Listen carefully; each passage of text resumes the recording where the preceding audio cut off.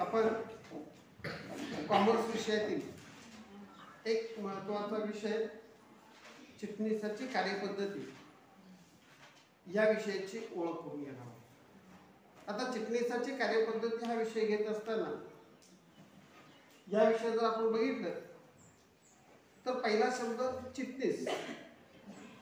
मग चिटणीस म्हणजे काय आणि मग चिटणीसाची कार्यपद्धती कशी असते याबाबतची माहिती आपण या ठिकाणी घेणार आहोत। आता चिटणीस किंवा चिटणीस जी कार्यपद्धती बघत असताना चिटणीस हे एक व्यक्तिवाचक शब्द असलेले, म्हणजे आपण चिटणीस कुणाला म्हणतोय तर एखाद्या सहाय्यक व्यक्तीला चिटणीस या शब्दाने ओळखलं जातं। आता चिटणीस हा जो शब्द आहे हा शब्द कशा पद्धतीने आला किंवा या शब्दाची उत्पत्ती कशी झाली, जेव्हा आम्ही याचा अभ्यास करायला चालू करतो तेव्हा चिटणीस या शब्दाची उत्पत्ती बघत असताना जर आपण बघितलं चिट अधिक नवीस याच्यातून चिटणीस हा अपभ्रंश होऊन आलेला शब्द। आता चिट त्याचा अर्थ आहे कागदाचा तुकडा, आणि कागदाच्या तुकड्याचा जेव्हा आपण अभ्यास करत असतोय त्यावेळेला कागदाच्या तुकड्यावर नवीस, नवीस या शब्दाचा अर्थ होतो लिहिणं, म्हणजे कागदाच्या तुकड्यावर लिहिण्याचं काम करणारी जी व्यक्ती आहे त्याला चिटणीस असं म्हटलं जातं किंवा चिट नवीस असं म्हटलं जातं। प्रामुख्यानं आपल्याला जेव्हा पेशवाई चालू झाली त्यावेळेला पेशव्यांच्या दरबारात दप्तर लिहिणारा किंवा पेशव्यांना मदत करणारा जो होता त्याला अनुसरून चिटणवीस हा शब्द किंवा चिटणीस हा शब्द आहे। म्हणजे या ठिकाणी आपण चिटणीस या शब्दाचा अर्थ बघितला तर चिट म्हणजे कागदाचा तुकडा, आणि कागदाच्या तुकड्यावर लिहिण्याचं काम करणारी जी व्यक्ती आहे त्याला चिटणवीस किंवा चिटणीस असं म्हटलं जातं। 16व्या शतकापासून या शब्दाचा वापर होत असलेला, म्हणजे काय चिटणीस म्हणजे नेमकं काय किंवा चिटणीस कशासाठी आलेला आहे याचा आपण अभ्यास करायला सुरुवात करतोय त्यावेळेला मानवी इतिहासाचा इतका चिटणीसाचा इतिहास जुना असलेला, म्हणजे आपण मानवी इतिहासाचा जेव्हा अभ्यास करायला सुरुवात करतो त्यावेळेला पूर्वापारपासून आजच्या आधुनिक युगामध्ये सुद्धा चिटणीस हे जे काम आहे किंवा चिटणीस म्हणून काम करणारी जी व्यक्ती आहे या व्यक्तीचं योगदान अतिशय महत्त्वाचं मानलं जातं।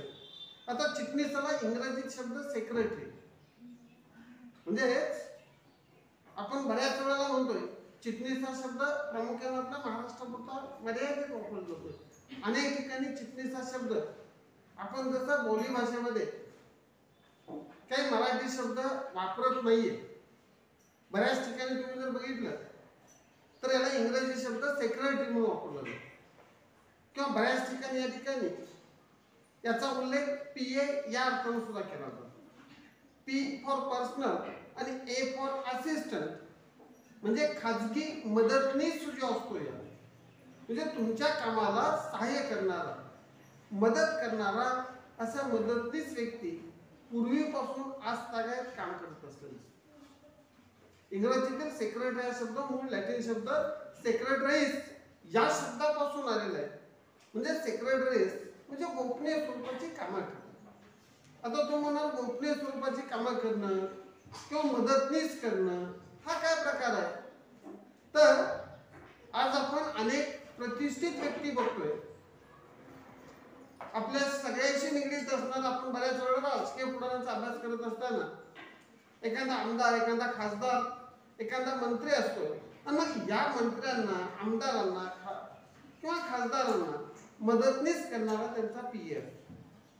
म्हणजे हेच आपल्याला एखाद्या आमदार व्यक्तीला भेटायचं असेल, खासदार व्यक्तीकडनं काय लाभ घ्यायचा असेल, मंत्री महोदयांना भेटायचं असेल तर आपल्याला त्यांच्या भेटीपूर्वी त्यांच्या खाजगी मदतनीस, ज्याला आपण पीए म्हणतोय की मी साहेबांचा पीए आहे, म्हणजेच काय करत असतोय तो साहेबांच्या कामाला मदत करणार, म्हणजे खाजगी कामात मदत करणारा जो मदतनीस असतोय त्यालाच आपण बऱ्याच वेळेला सेक्रेटरी असं वापरतो। आता फक्त खाजगी कामालाच नाहीये, आज मोठमोठ्या संस्था आहेत. अगदी तुम्ही बघायचं झालं तर आपल्या भागात अनेक सहकारी संस्था आहेत. अगदी ग्रामीण भागातल्या विकास सोसायटी असतील, पतसंस्था असतील किंवा मोठमोठ्या बँका असतील. या ठिकाणी जे पदाधिकाऱ्यांचा बोर्ड असतो त्याच्यावर बघितलं तर त्या ठिकाणी चिटणीस किंवा त्याला दुसरा शब्द वापरला जातोय सचिव. म्हणजे ज्या ठिकाणी सचिव म्हणून काम करणारी जी व्यक्ती असते त्याला पर्याय शब्द चिटणीस, इंग्रजीत सेक्रेटरी म्हणले जात असते. पूर्वी मानवी इतिहासामध्ये जर ग्रीकचा इतिहास बघितला तर त्या ठिकाणी स्क्राईब म्हणून या नावाने व्यक्ती ओळखली जात होती. पेशव्यांच्या काळामध्ये या ठिकाणी अमात्य हा शब्द वापरला होता. म्हणजे पूर्वंपारपासून आज तागायत एखाद्या व्यक्तीला मदत करणारा किंवा एखाद्या व्यक्तीची गोपनीय स्वरूपाची कामं करणारा जो व्यक्ती असतो तो मदतनीस असतोय, त्याला उच्चारूनच चिटणीस या व्यवसायाचा इतिहास दिसून येतो. पूर्वीच्या काळी राजेशाही पद्धत होती.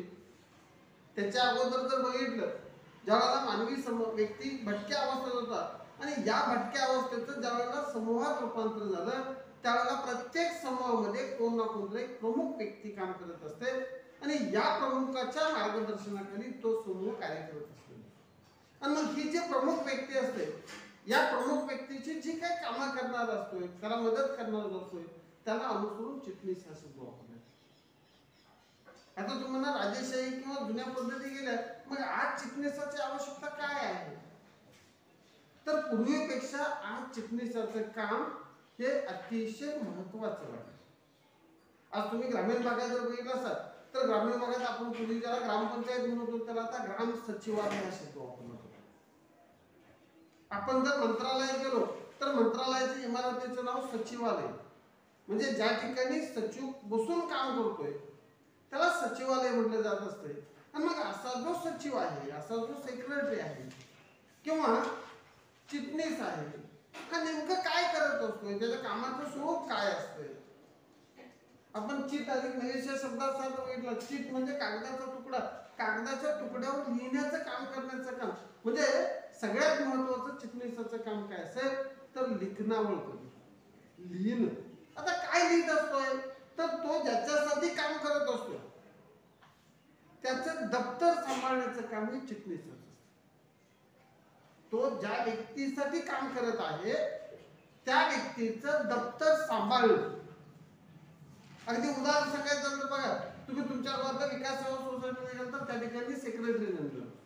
आता हा सेक्रेटरी काय करत असतोय तर त्या संस्थेचं सगळं दप्तर जे लिहिण्याचं काम आहे हे सगळं तो सचिव सांभाळतो. तुमच्या गावात असणाऱ्या पाणी पुरवठा संस्थेत गेला त्या ठिकाणी संचालक मंडळाच्या खाली एक शेवटी नाव असते सचिव, सेक्रेटरी. तो त्या संस्थेचं दप्तर सांभाळतो. आज मोठमोठ्या कंपन्या आहेत आणि या प्रत्येक कंपनीमध्ये आज आपण जर बघितलं त्याला आपण कंपनी म्हणतोय किंवा त्याला प्रमंडळ म्हणतोय. आज या कंपन्यांच्या कामकाजामध्ये चिटणीसाची भूमिका ही अतिशय महत्वाची आहे. आणि म्हणून प्रत्येक कंपनी कायद्यातील तरतुदीनुसार प्रत्येक कंपनीला चिटणीस नेमणं हे कायद्यानं बंधनकारक.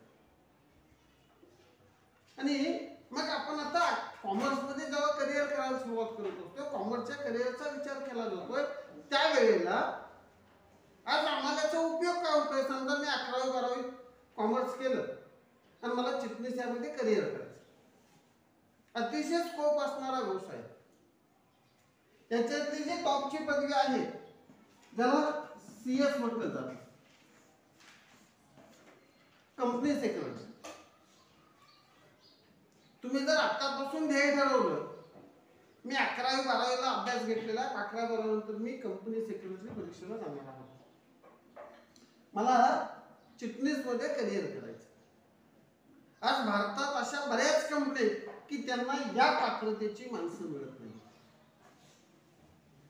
आणि मग या ठिकाणी जर आम्हाला करिअरच्या दृष्टीने विचार करायचा असेल तर कॉमर्स क्षेत्रामध्ये जे काही चांगल्या नावाजलेल्या पदव्या मानल्या जातात, आपल्याकडे प्रामुख्याने कॉमर्स म्हणलं की आपण म्हणतो चार्टर्ड अकाउंटंट, हा एक पदवी. आज इंडस्ट्रियल झोन वाढायला लागलेला आहे आणि मग या इंडस्ट्रियल झोन मध्ये काम करण्यासाठी असणारी दुसरी पदवी सांगितली जाते ICW, industrial work and cost account. अतिशय मागणी असणारा हा विषय. आज आपल्याकडे अनेक कंपन्या यायला लागले. आपण बऱ्याच वेळेला बातम्या वाचतोय की परकीय कंपनीने या ठिकाणी एवढी गुंतवणूक करण्याची तयारी दर्शवली, शासनाबरोबर करार केले. आता या कंपन्या परदेशातून भांडवल आणणार आहे, तंत्रज्ञान आणणार आहे, पण प्रत्यक्ष या ठिकाणी काम करणारा लागणारा मनुष्यबळ फक्त आपल्या देशात लागणार आहे. आणि मग या मनुष्यबळाच्या अनुषंगाने जर आपण याची पात्रता मिळवली, आज अनेकांना माहित नसतं. आज सुद्धा आपण बऱ्याच वेळेला बघा काही ठरलेली गोष्टी असतात तिथंच आपण करिअरला जातो. आता हे अलीकडे जर बघितलं तर प्रत्येकाच्या डोक्यात इंजिनियर, डॉक्टर, फार्मसी किंवा शिक्षकाचा फ्लो कमी यायला लागला. पण अशी काही क्षेत्र आहेत ज्या क्षेत्रामध्ये तज्ञ मनुष्यबळाची गरज असते आणि ह्या तज्ञ मनुष्यबळापैकी एक व्यक्ती मानलं जातं चिटणीस. तुम्ही तुमच्या ग्रामपंचायतमध्ये गेला तर ग्रामपंचायतचा कारभार सांभाळणारा भलेची ग्रामपंचायतची बॉडी असेल, सरपंच, ग्रामपंचायत सदस्य, पण त्याची सगळी सूत्र असतात. तो त्या ग्रामपंचायतचा जो सेक्रेटरी असतो ज्याला आपण ग्रामसेवक म्हणतो. म्हणजे प्रत्येक ठिकाणी चिटणीसाची आवश्यकता असलेली दिसते, चिटणीसाची गरज असते. आज आपण बघा समाजात अनेक व्हीआयपी व्यक्ती म्हणले जातात किंवा अनेक यशस्वी उद्योगपती आहेत किंवा आपापल्या क्षेत्रात यशस्वी झालेले व्यक्ती आहेत आणि या प्रत्येक व्यक्तींचा कामाचा व्याप इतका वाढलेला असतोय आणि मग त्यांना काम करण्यासाठी योग्य त्या पात्रतेची माणसं मिळत नाही. आणि मग तुम्ही 12वी नंतर जर company secretary, institute of company secretary of India यांच्याकडे काय शॉर्ट टर्म कोर्सेस आहेत. 12वी नंतर सुद्धा आपल्याला शॉर्ट टर्म कोर्सेस करता येतात आणि हा कोर्स केल्यानंतर तुम्ही कोणत्याही ठिकाणी सहाय्यक सचिव किंवा छोट्या संस्थेमध्ये स्वतः सचिव म्हणून काम करू शकता. आपल्याकडे महाराष्ट्रात, पश्चिम महाराष्ट्रात जर बोलायचं झालं तर पश्चिम महाराष्ट्रात सहकारी संस्थांचं जाळं अतिशय विस्तृत. आणि मग या सहकारी संस्थांमध्ये या संस्थांचं कामकाज करण्यासाठी जर आपण या चिटणीसाकडे कार्याच्या दृष्टीने बघितलं तर अतिशय जास्त संधी असणार आणि याच्यासाठी काय जास्त पैसे लागत नाही. अतिशय तुलनात्मकदृष्ट्या कमी खर्चात तुम्ही 12वी नंतर CS ला रजिस्ट्रेशन करू शकताय. CS ला रजिस्ट्रेशन झाल्यानंतर 3 वर्ष त्या रजिस्ट्रेशन मध्ये तुम्हाला सर्व अभ्यासक्रमाचं मटेरियल घरपोच मिळेल.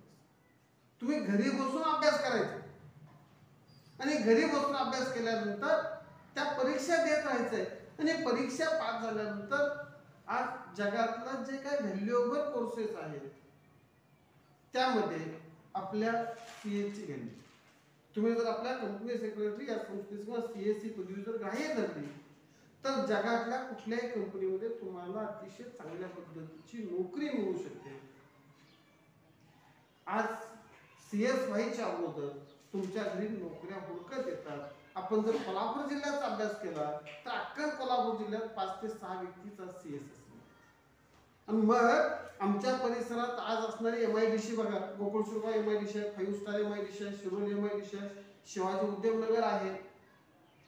आज आमचा मुंबई पुणे किंवा पुणे बेंगलोर हा इंडस्ट्रियल कॅरिडॉर व्हायला लागलेला आहे. आणि मग या ठिकाणच्या कंपन्या येणार आहेत. या कंपन्यामध्ये तुम्ही जर CS म्हणून गेला असाल तर तुम्हाला चांगली नोकरी मिळू शकते. समजा मला नोकरी करायची नाहीये, तुम्ही स्वतःची कन्सल्टिंग फर्म सुरू करू शकता. आपल्याला ह्या संधी माहित नाहीये. याच्यासाठी अति हुशार असलं पाहिजे असं नाहीये, फक्त तुमची काम करण्याची तयारी पाहिजे. कॉमर्स मध्ये जे काय पदव्या आहेत या पदव्या बाजारात आज तरी विकत मिळत नाही.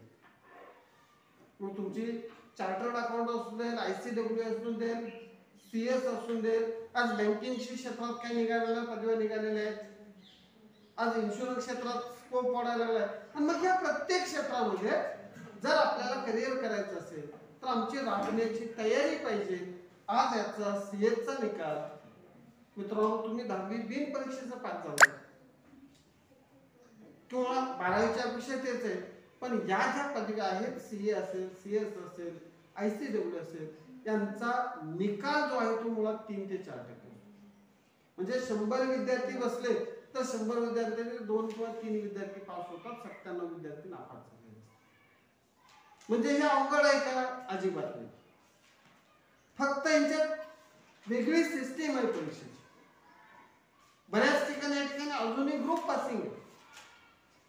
तुमच्याकडनं पूर्णतः तालवून सुकावून त्या ठिकाणी त्या परीक्षेची तयारी करून घेतली, जेणेकरून तुम्ही ती पदवी घेतल्यानंतर तुम्ही त्या कामाला कॅपेबल व्हाल, त्या कामाला पात्र व्हाल.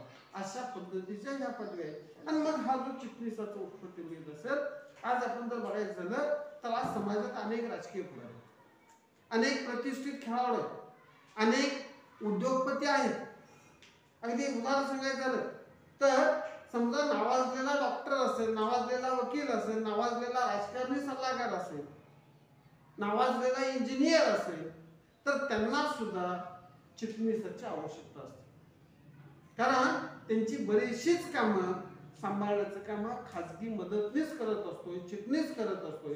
म्हणून चिटणीसाचं काम हे अतिशय मूलभूत किंवा महत्वाचं मानलं जातं. चिटणीस या शब्दाचा अर्थच आहे, ज्याला आपण आपल्या भाषेत PA या नावाने बोलतो. P for personal, A for असंच, खाजगी मदतनीस. आज प्रत्येक ठिकाणी खाजगी मदतनीसाची गरज असते. आज तुम्ही कलेक्टर ऑफिसला जावा, तहसीलदार कार्यालयात जावा किंवा मंत्रालयातल्या मंत्र्यांच्याकडे जावा, आपल्याला पहिल्यांदा त्यांच्या सचिवाला भेटावं लागतं. आणि मग तो सचिव साहेबांच्या कामाच्या अनुषंगाने आपल्यात मदतनीस म्हणून काम करत असतोय.